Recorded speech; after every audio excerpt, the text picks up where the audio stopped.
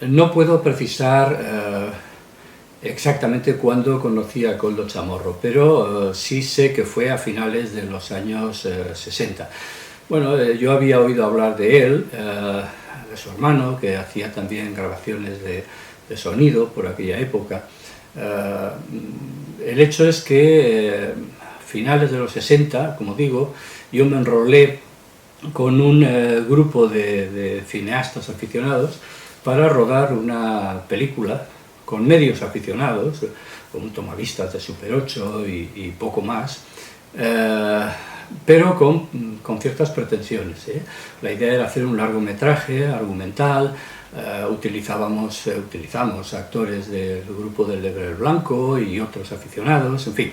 El hecho es que aquello tuvo cierta notoriedad y vino publicado en la prensa local, pues una noticia diciendo incluso en qué lugares se iban a efectuar los rodajes y demás, ¿no? Y en una de esas sesiones de rodaje, pues el bueno de Koldo Chamorro apareció por allí. Él se hizo notar enseguida porque, bueno, Koldo Chamorro era una persona que no podía pasar desapercibido. Él hacía por hacerse notar, y evidentemente desde el primer momento le resultaba palpable que le atraía la cámara cinematográfica. Entonces, en esa película de las labores de cámara me ocupaba yo, de las labores de iluminación y de cámara y alguna otra cosa, ¿no? Y él estaba por allí, evidentemente aquello le resultaba muy atractivo.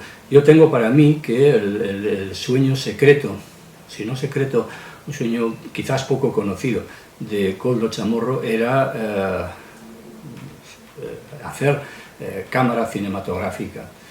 De hecho, cuando yo abandoné el equipo después del rodaje de aquella película, un par de años después, él me sustituyó.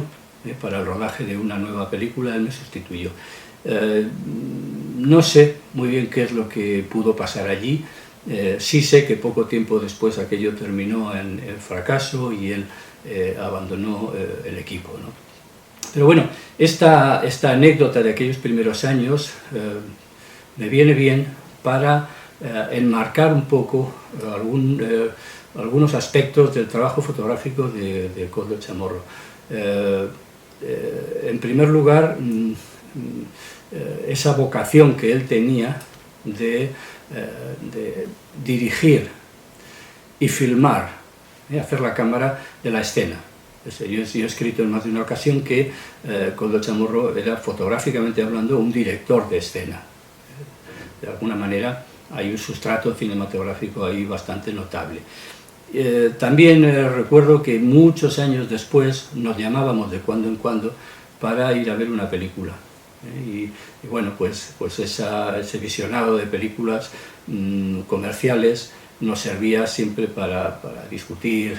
Recuerdo discusiones muy intensas sobre el hecho de que la ventaja y la maldición del fotógrafo es que el espectador tiene todo el tiempo del mundo para ver una imagen, una única imagen, cosa que en el cine no ocurre.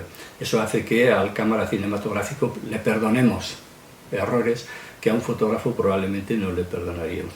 Bueno, pues estas discusiones y ese marco general de vocación un poco cinematográfica, de alguna manera yo creo que sirven también para encuadrar el trabajo fotográfico posterior de Koldo. Entrando en materia más fotográfica, yo recuerdo de mis contactos con Koldo Chamorro en aquellos primeros años, finales 60 y primeros 70, pues la indefinición lógica de quién está dando los primeros pasos. Y recuerdo con nostalgia las apasionadas conversaciones que solíamos tener, en especial en un bar que yo creo que pudo ser el Gaucho o alguno que había allí antes, ahora no recuerdo con exactitud. Apasionadas discusiones en torno a lo que entonces eran sus intereses técnicos, que entonces eran importantes, iban por el uso, por el empleo de la luz natural, que defendía con intensidad, con calor. Y también en lo temático pues había como dos preferencias claras. Por un lado, hay algunas imágenes de aquellos años en color, diapositivas en color, que bordean lo abstracto o son directamente abstracciones, y también un claro interés por el paisaje. Lo estoy viendo en mi recuerdo, siempre con cajitas de diapositivas que nos enseñaba pues a los que teníamos interés en lo fotográfico, ¿no? Algunas de estas diapositivas posteriormente las vimos publicadas en los anuarios Everfoto, que fueron como una especie de primer intento de recapitular la dispersión de la fotografía española, y allí aparece, al lado de Koldo Chamorro, pues aparecen nombres como Toni Catañ, Paco Gómez, Joan Fontcuberta, Cristina García Rodero, Leopoldo Pomés, Javier Miseracs, es decir, todos los que bueno, pues marcaron una época en la fotografía española. Esa defensa del paisaje queda allí reflejada en alguno de los breves textos que acompañaban las imágenes que se publicaron en Everfoto. Decía que el paisaje era el género, el gran olvidado en España, no así en otros lugares, por ejemplo en Estados Unidos, donde se le prestaba verdaderamente atención. Y de hecho se proponía crear lo que él llamaba una narrativa paisajística de Navarra. Bueno, después de esto, ya entrando en un Koldo Chamorro más formado, pues vino el tema de la beca Castelblanche, los viajes a Arles, y el contacto allí con algunos fotógrafos que le influyeron notablemente, pues Jean Dieuset o Lucien Clerc. Pasó a formar parte, se integró en el grupo Alavern. El grupo Alavern lo habían formado Manel Esclusa, Joan Fontcuberta, Pere Formiguera y Rafael Navarro, y después se incorporaron algunos otros fotógrafos, por ejemplo Koldo Chamorro. Yo creo que ya en esa primera mitad de los años 70, Koldo es consciente de que la fotografía es una paradoja que le obliga a conjugar lo objetivo y lo subjetivo, es decir, la realidad y los reflejos de esa realidad en el interior de cada uno, o si se prefiere ver al revés, el esfuerzo introspectivo para identificar aspectos internos que luego se pueden proyectar al exterior. Bueno, son años de influencias diversas, años que van a representar lo que yo diría que es un proceso acelerado en la formación, en la autoformación del fotógrafo. La fotografía, escribe Koldo en algún lugar, en alguna ocasión, la fotografía es lo que se ve, lo que no se ve, pero que forma parte de la realidad, y lo que jamás se podrá ver porque forma parte únicamente de nosotros mismos. Bueno, el principio del Tao Te Ching, que él citaba muchas veces, lo visible conforma una cosa, lo no visible le da su valor, de alguna manera subyace en esas afirmaciones. Yo creo que dentro de esas influencias, una de las más reseñables, a mi entender, es la de Eugene Smith, y el concepto de ensayo fotográfico que Smith contribuyó tan poderosamente, si no a inventar, sí a darle forma. Y dentro de ese proceso de configurar un ensayo, seguramente el trabajo inicial más relevante es Los hijos de Algo de Iturgoyen, los Archirukis, trabajos de mediados de la década de los 70. Creo que la mayor parte de las imágenes, si no todas, son del año 1975. Diríamos que el ensayo significa el establecimiento de un orden, de una secuencia de imágenes pero que tienen que servir para el establecimiento de una reflexión visual. Es decir, hay una secuencia narrativa, pero que tiene que estar al servicio de una reflexión visual. Sería un poco lo equivalente a un ensayo literario, pero en el orden de las imágenes. No solo el orden es importante, sino también la administración de esas imágenes, su tamaño, la disposición en página, porque en el ensayo se piensa finalmente en la página impresa, no solo en la copia fotográfica. Y el fotógrafo hoy tiene que saber conjugar factores diversos, factores complicados, que van de la música al silencio, de lo religioso a lo oculto, del vínculo afectivo, en el caso de los archidukis, por ejemplo, con una comunidad, al establecimiento de una distancia, también de índole afectiva. Hay un esfuerzo en los hijos de Algo de Iturgoyen, hay un esfuerzo importante para entender las leyes de otro mundo, para entender las leyes de la vida y de la muerte en esa comunidad apartada. Son fotografías que, con todo lo que estoy diciendo, pues ya se puede deducir que necesitan tiempo. Yo diría más que exigen al espectador tiempo. Lo visible conforma la cosa, lo invisible le da su valor. En ese sentido, él maneja negros profundos y viene a decirnos con ellos: la sombra es a la luz lo que lo no visible es a lo visible, es decir, le da su valor. A mí, de los hijos de Algo de Iturgoyen, me interesa muchísimo el sentido primitivo de la imagen, en lo narrativo y en lo expresivo. Yo creo que esa combinación que hay en ese trabajo de los archidukis de narratividad y expresividad está en la proporción ideal. Diría que desde una perspectiva ya no individual sino general, Los hijos de Algo de Iturgoyen es un trabajo de transición entre los modos de hacer de la generación anterior y las nuevas fórmulas que la generación que llega propone. Y en lo personal, pues también es un trabajo de búsqueda de sí mismo. Quizás lo que escribe Koldo Chamorro en algún lugar en esos años puede dar la clave.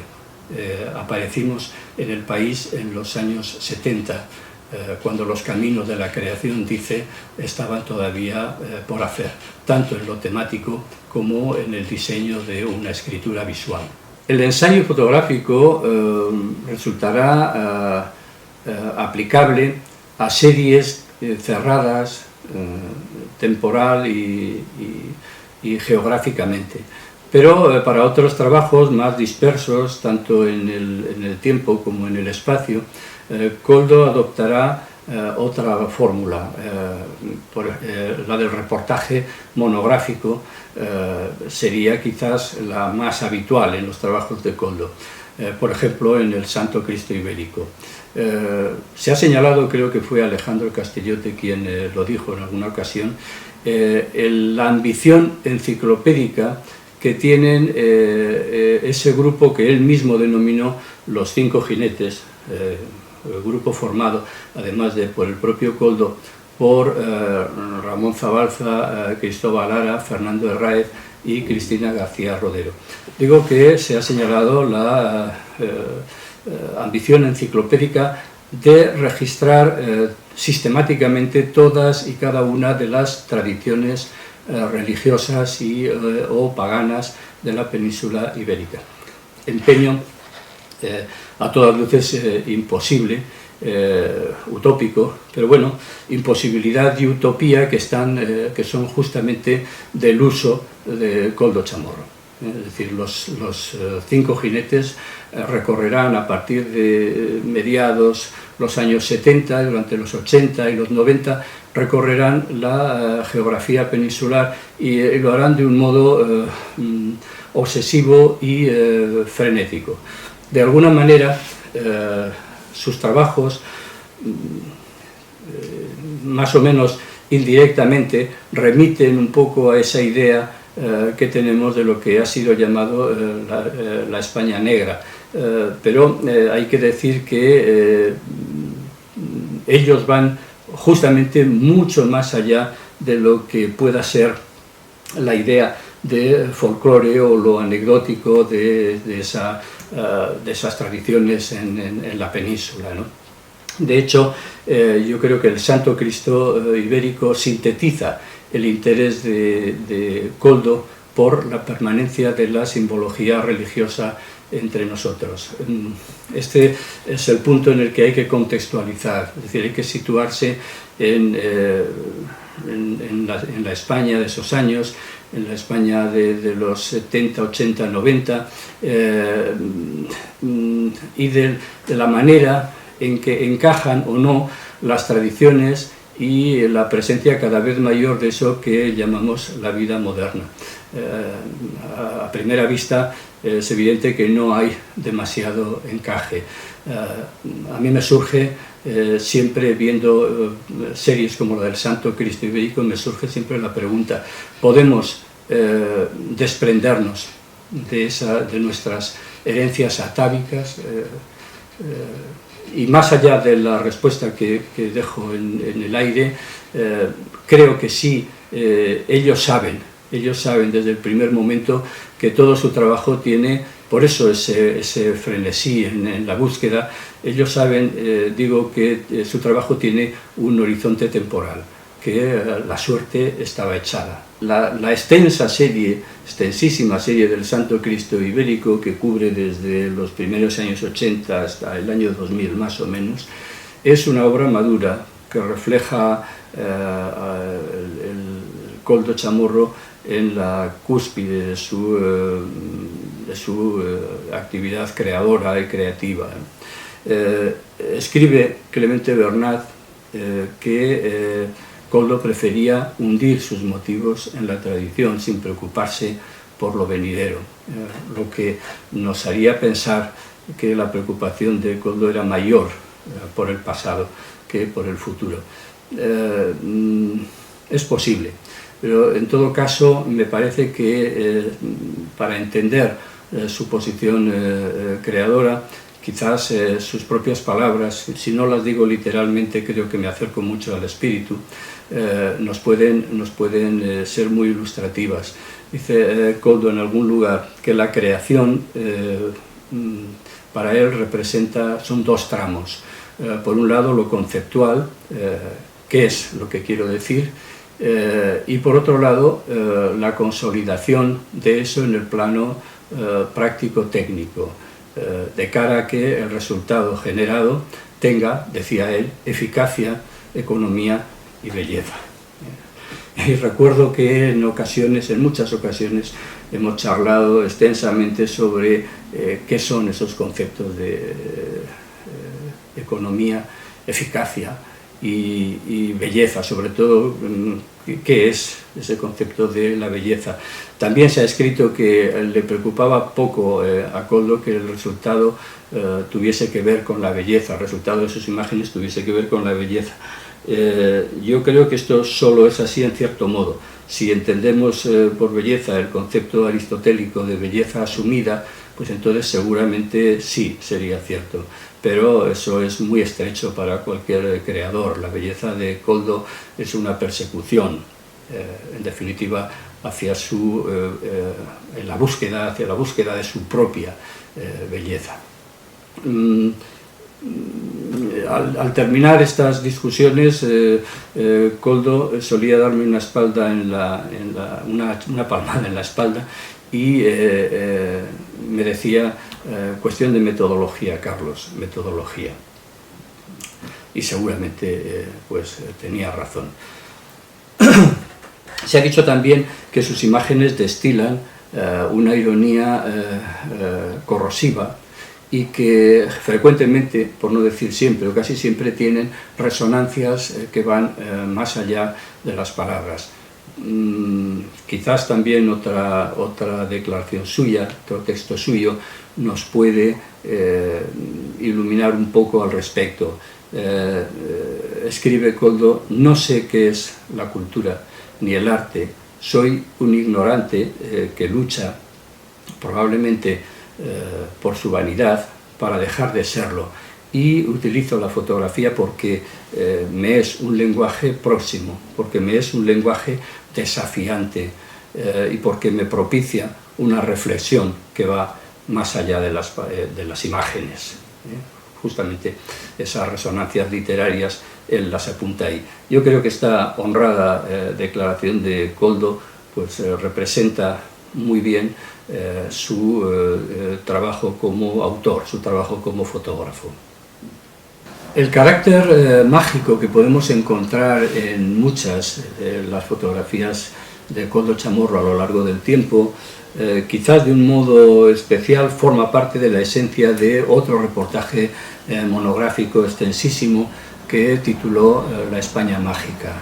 En fecha tan temprana como 1989, José Badía ya escribió que una a una todas las fotografías de Koldo son mágicas.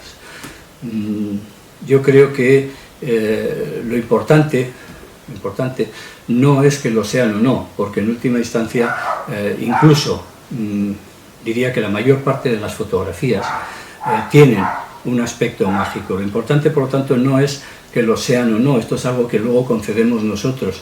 Lo importante, lo relevante, me parece que es el hecho de que nacen con vocación de serlo.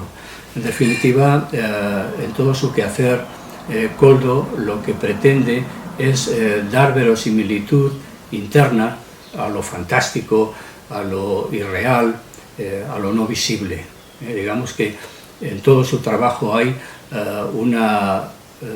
por un lado, una búsqueda de las raíces, y del resultado de esa búsqueda, de los hallazgos de esa búsqueda, hay después una manifestación de sentidos, de contrasentidos y de paradojas que podemos encontrar en la relación con la realidad, en nuestra relación, en la propia relación con la realidad. Tal vez el peligro de este tipo de series tan extensas, de reportajes monográficos tan largos, pueda ser el de una pérdida, con el paso del tiempo, de la frescura inicial. El realismo mágico de este grupo de fotógrafos, el de Koldo Chamorro también, nace de un modo que yo me atrevería a definir casi como espontáneo, y sucesivamente, en la medida en que sus trabajos van resultando más elaborados, ese realismo mágico se va plegando a las exigencias del propio guión, y eso concluye en una fotografía cada vez más elaborada. El director de escena, que ya convinimos que es Koldo Chamorro, Koldo Chamorro, el magnífico director de escena que fue, se veía en la necesidad sucesiva, progresiva, de forzar su trabajo, y bueno, pues eso finalmente concluye en escenas más elaboradas, tal vez más forzadas, podríamos decir. Aquí podríamos entrar a cuestionar de qué manera, a pesar de que son sus principios, y él los cita, siguen rigiendo a lo largo del tiempo aquellos principios de economía de la imagen y de eficacia de la imagen. Pero también es verdad que de esa complejidad de las fotografías con el paso del tiempo surgen otras lecturas. A menudo percibimos cómo surgen intereses complementarios o intereses que de alguna manera orientan las imágenes en una dirección o en otra. A veces son preocupaciones por la mujer, a veces las imágenes toman un tono pesadillesco, a veces hay resonancias lorquianas. Pienso que Koldo fue cada vez más consciente de la insuficiencia de la imagen. Por eso que sus trabajos tienen, también lo hemos dicho, ese trasfondo literario. Pero a la vez, creo también que Koldo fue percibiendo la insuficiencia de las palabras, no solo de las imágenes, sino de las palabras. Es como si ahora finalmente se pudiera retorcer la sentencia del Lao Tse y decir que las palabras cuentan las cosas y los silencios le dan su valor. Esa diversidad de intereses, esa complejidad en los trabajos se puede percibir claramente si uno les echa un vistazo. A menudo tenemos la tentación de simplificar, encasillar a alguien en un modo de hacer concreto, en un género, lo cual acaba siendo siempre muy injusto con la biografía de ese personaje, con la biografía fotográfica, en este caso, de ese personaje. Fuente Lencina, Ciclo del Sol, es una serie temprana que tiene una arquitectura similar a la de Los hijos de Algo de Iturgoyen. Hay un trabajo de Koldo Chamorro, Los Sanfermines, es un trabajo interminable que realiza año tras año durante las fiestas. Hay que decir que durante esas fechas la casa de Koldo es como un núcleo de actividad en torno al cual fluyen fotógrafos de distintas procedencias que cultivan ese tipo de fotografía.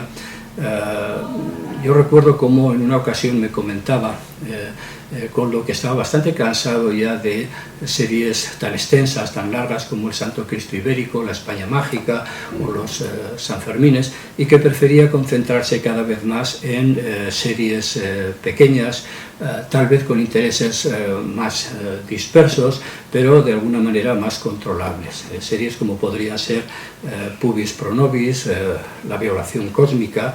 Pubis Pro Nobis se ocupa del desnudo con su particular óptica. El exquisito cadáver verde, donde muestra interés por otras formulaciones plásticas, el transfer. Hay un trabajo tardío, Filico, en el que se ocupa de la peripecia vital de alguien con una disminución física. En fin, que en el conjunto de su biografía son muchos los aspectos que se cubren y hacemos mal a veces con reducirlos como solemos hacer. Si yo tuviese que sacar algunas conclusiones del conjunto de esos trabajos, establecer algunos vectores, diría que al menos se me ocurren tres que me parece que tienen cierta importancia. Uno es la preferencia cada vez mayor hacia la ficción frente a la realidad, es decir, la realidad cada vez más para Koldo es material ficcionable. Un segundo vector sería hacia la reflexión de índole literaria, verbal diría casi más que literaria, frente a las artes plásticas. Este concepto de las artes plásticas no lo termina de digerir bien. Y un tercer vector, si se quiere, más discutible, hacia la improvisación, incluso hacia la improvisación técnica, frente al control que preconizaba en su juventud. Se acabará refiriendo a ese control como caligrafía fotográfica, dicho con un cierto desdén, es decir, lo técnico como un apartado secundario. Yo fui su positivador durante mucho tiempo, desde finales de los años 80 hasta comienzos del siglo XXI, y puedo constatar cómo efectivamente se fue produciendo ese cambio de actitud.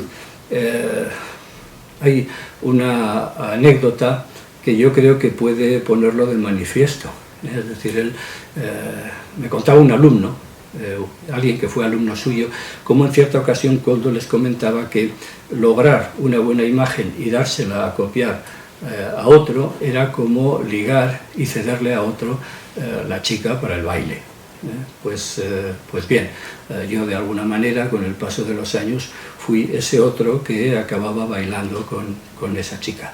Y más allá de lo disparatado que pueda parecer la anécdota, creo que no está mal traída, creo que tiene bastante sentido, porque cuando uno se las tiene que ver con las imágenes de otro autor, acaba queriendo, a veces apasionadamente, esas imágenes de otro. De la misma manera y que con la misma franqueza digo que también a veces acaba odiándolas sinceramente. Con frecuencia me han comentado personas que le conocían o que nos conocían a los dos, el hecho de que como cliente Koldo tuvo que ser un cliente difícil de satisfacer en los trabajos de laboratorio.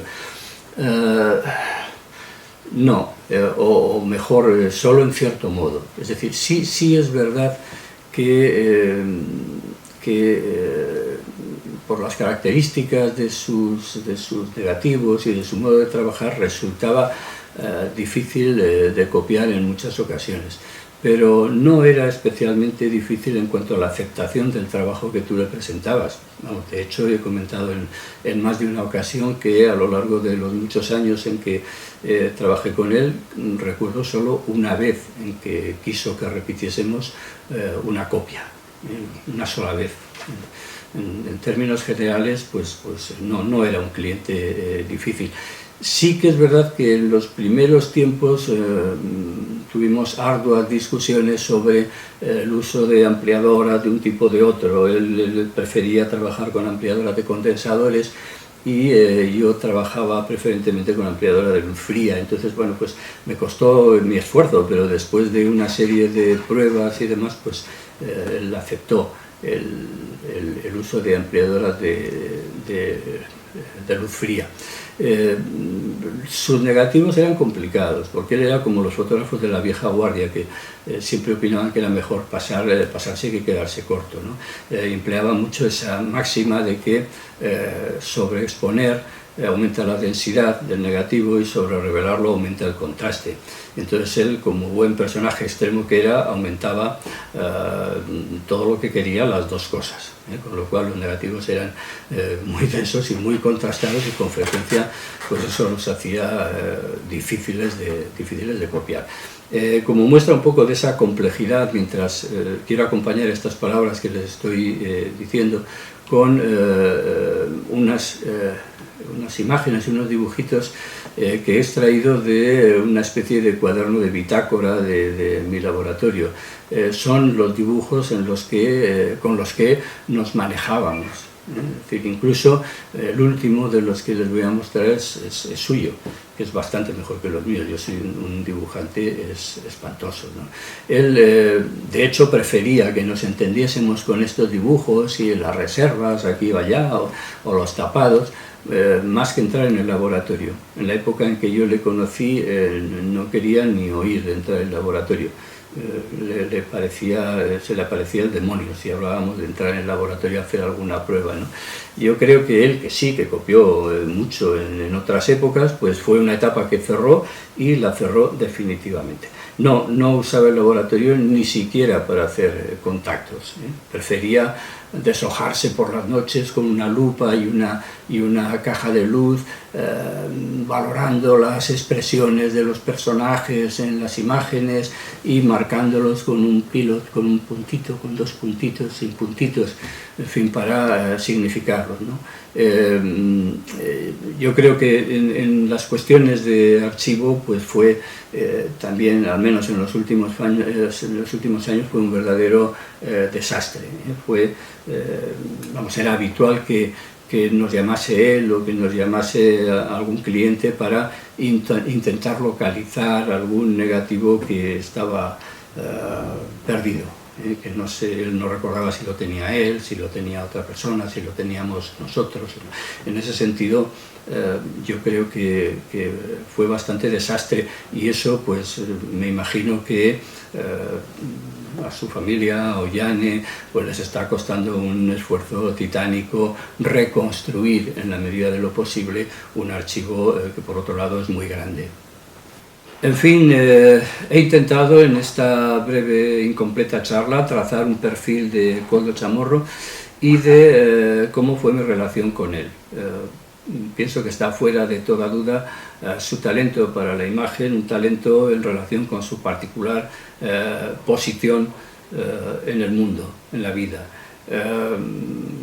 Su obra nace de su sentido de la luz y su sentido de la luz de la profundidad de sus sombras. Su obra nace de su verdad y esta de la profundidad de sus abismos. Yo creo que él es sabedor de todo esto y lo cultivó con intensidad, incluso hasta un cierto grado de esoterismo.